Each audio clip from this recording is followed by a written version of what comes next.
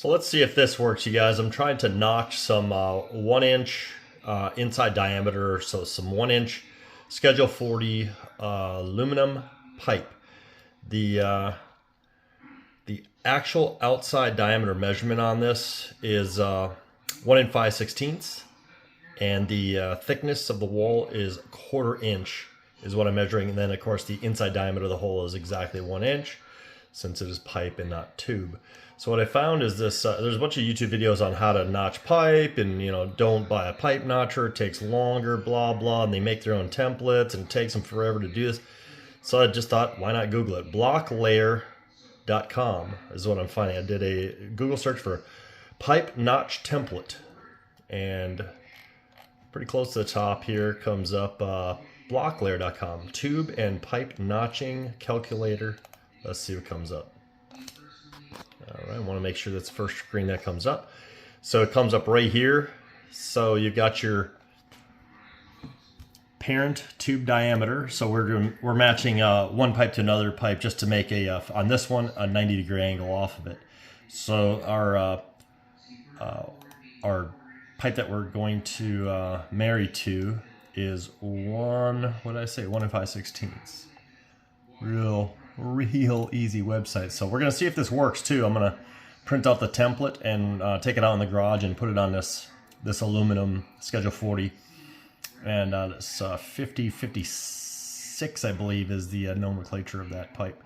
So this is the one that we're cutting, and again that's going to be the same as 1 5/16. The wall thickness of the tube that we're cutting is 1/4 inch. Let me translate that. Sorry, put this down for a second. All right, so we're at 1/4 inch thick. The angle that we want to be able to cut is a 90-degree angle for our notch, and we'll go to calculate. And right down here, pretty freaking awesome. If this works, this is really cool, man. So it tells you your parent tube diameter here, 1 5/16. You can use this as a permanent template. I plan on trying this on paper by printing it out to just regular scale here, and it even tells you what the measurement is here. When you print this, I guess you could check to see that your paper from here to here, measure that out, it should be 4 1/8 inch from there to there. So use your wall thickness of your pipe, your angle that you're trying to accomplish here. If you want to change that, you can do infinite changes here.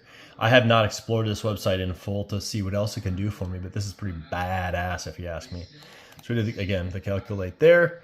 Now, let's see. I want to be able to print this. So let's use this diagrams to PDF. Let's see what happens there. All right. Okay, so it's going to give me a PDF right here. It shows you your pipe, shows you how you're going to be connecting your pipe into the parent pipe. So this is going to go directly to my desktop. This is my wife's desktop on her work computer, so I'm not going to show you that desktop. I'm going to go ahead and print this out, and we'll take it to go and cut out the template in a second here. So what I will show you is this. This is when you go to the print queue, this is what pops up right here. And I'm going to run it off here. Okay, so there we go. We got our template created by Blocklayer. And I'll give this a quick cut here. We'll take it out to the garage and throw it on that Schedule 40, see what happens. I had to reprint that, and so important to note that you definitely need to make sure you print it in the correct orientation so that you get your desired result. Like I said, if this says it's 4 1/8 inch from here to here, make sure you measure that and that it comes out to 4 1/8 inch on this template, and you should be fine. When I printed it in landscape mode, I think that's the one I came out. Landscape mode was like super small. There's no way it was going to get pipe coverage. So changed it all around, and I got this result here, which looks good. I haven't measured it yet. Okay, so we're all cut out. So I'm going to throw a little tape on here, and we'll be ready to go. Here's our first failed attempt. I tried to transfer a much too small template. I just didn't have my printer set up correctly onto some thicker paper. So let's try this thinner stuff and just see if it translates well. So I did do the measurement here, and I am at 4 1/8 inch across there. It did print to scale, which is pretty unexpected actually, and cool if you ask me. So again, if this works, I would much rather just transfer this template to a more durable paper product. Let's see how she wraps around. Look at that. I mean, this is pretty cool, y'all. I'm just going to tell you right now, this is pretty cool. So one of the guys, kudos to you, you know, it was about a 2-year-old video at least, so I don't know how long this website's been around. He had transferred this, his homemade template, he had transferred it to file folder separators, like a plastic from Walmart, whatever.